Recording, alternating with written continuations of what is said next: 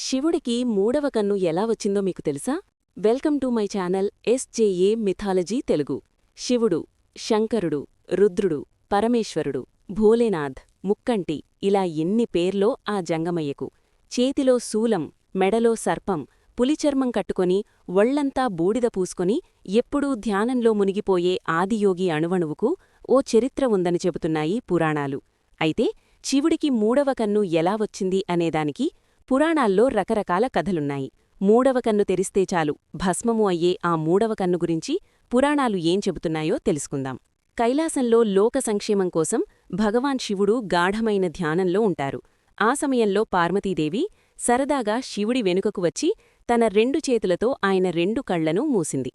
అంతే, ఒక్క క్షణంలోనే ప్రపంచమంతా చీకటిలో మునిగిపోతుంది. సూర్యుడున్నాడు, చంద్రుడున్నాడు, కాని వెలుగు మాత్రం లేదు.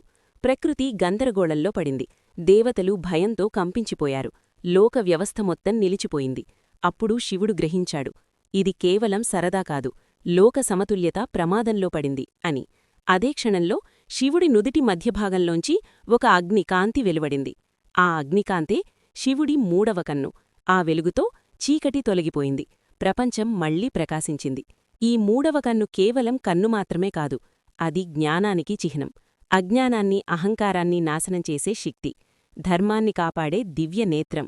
శివుని రెండు కళ్లను మూసిన పార్వతీదేవి రెండు చేతులూ చెమర్చాయి. పార్వతీ పరమేశ్వరుల కారణంగా ఏర్పడిన చెమట ఒక బాలుడు జన్మించాడు. అతడే అంధకుడు. అందుకే శివుణ్ణి త్రినేత్రుడు, త్రిలోచనుడు అని పిలుస్తారు. ఇదే శివుడి మూడవ కన్ను వెనుక ఉన్న దివ్య రహస్యం. తర్వాత ఇదే మూడవ కన్నుతో శివుడు కామదేవుణ్ణి భస్మం చేశాడు.